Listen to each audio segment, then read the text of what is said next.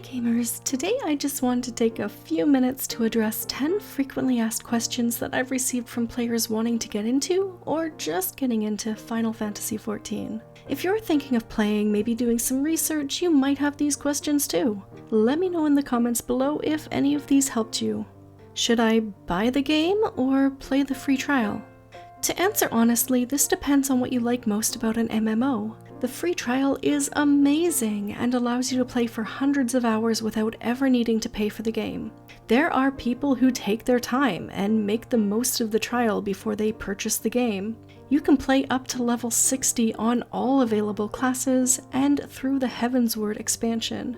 I encourage anyone on the fence about playing to at least give it a try. But if you're looking into Final Fantasy XIV for the interactive aspect of the game, joining a guild or free company, chatting with other players, doing a lot of crafting, putting things on the market board, you may want to look at the limitations of the free trial before you decide. The link is in the description below. If you're going to be missing some of those paid options and the game is on sale, which it very often is, maybe you're best off skipping the free trial and moving straight into the game. Should I buy the game for PlayStation or PC? There is no difference in the game between the two versions, so this is simply personal preference. If you have a decent PC, both it and the PS5 should play the game equally well. If you have a PS4, you will still have an enjoyable experience playing the game, but your loading times may be a little longer than the other two options.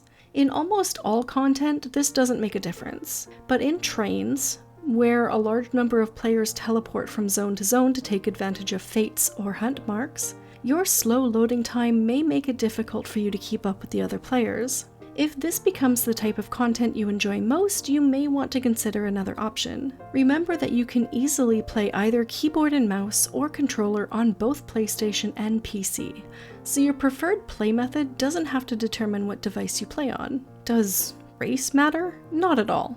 Race is purely aesthetic, and there are very few circumstances in the game in which NPCs even reference your race. Gameplay-wise, there is no difference in your character's abilities or stats.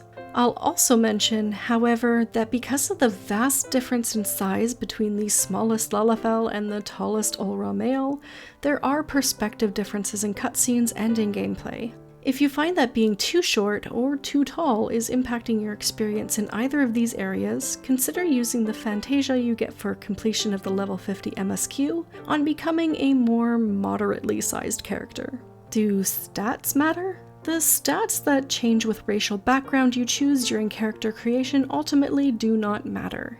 The stats do not inflate with level and will always remain a couple of points, which may make a slight difference at 5th level but will make no difference at all after 50th level.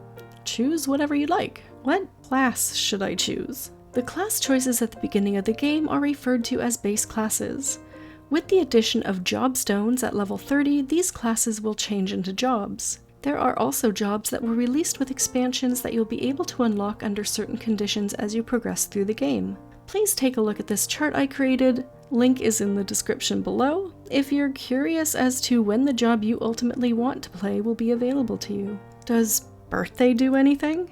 Nope. There was a point in which they thought it one day might, but nothing has come of it and no conversation about adding it anytime soon has been had. Does deity matter? Nope. Choose whatever speaks to you or whoever has the coolest symbol, or whichever one is closer to your mouse at the time. Should I focus on the main story or on leveling? Definitely focus on both the main story and your class quests. As you progress through these, you will get more than enough experience to keep you leveled above your current content. With recent changes, you gain so much experience from the main story that there is no need to level on the side. But, side note, these quests here unlock something in-game, so do take a look at those ones when they come up as well. Does it matter if I skip cutscenes? This is a controversial topic in the Final Fantasy XIV community. My honest answer is do what you want. If you skip cutscenes now and later become invested in the story, there is always the ability to view them again from an in-room or replay the story in New Game Plus. If you're diligently watching each cutscene and reading every dialogue box but find it's repetitive and grindy, you're not going to miss anything important by skipping them occasionally. Don't let the story, especially early on in the game, prevent you from progressing. One thing we can all agree on is it gets way better as it goes. Should I turn off active help? What settings are important? I know it's super annoying. You log into the game for the first time and the help dialog box pops up 5 times for everything you do. My recommendation, however, is to leave it on. Though it's annoying at the beginning, once you play for a while, it will only pop up when something new is happening and the information would probably be useful to you. But if you really want to turn it off, there's options for that. And some bonus tips on settings for aspiring apricotters. Settings that you might want to look at right away are removing the option to place all newly acquired weapons and armor in your armory chest. This may not be a big deal right away, but as any slightly more experienced player will tell you, it very quickly fills up and it can be difficult to remember items are in there. If everything you get starts in your inventory, it's easier to see it and either equip or sell it as you see fit. Switching your movement settings to Legacy. It is generally agreed upon that Legacy movement is simply easier to adjust to for many players. You can maintain camera distance to add stability. Try it out if you're having difficulty adjusting to the gameplay.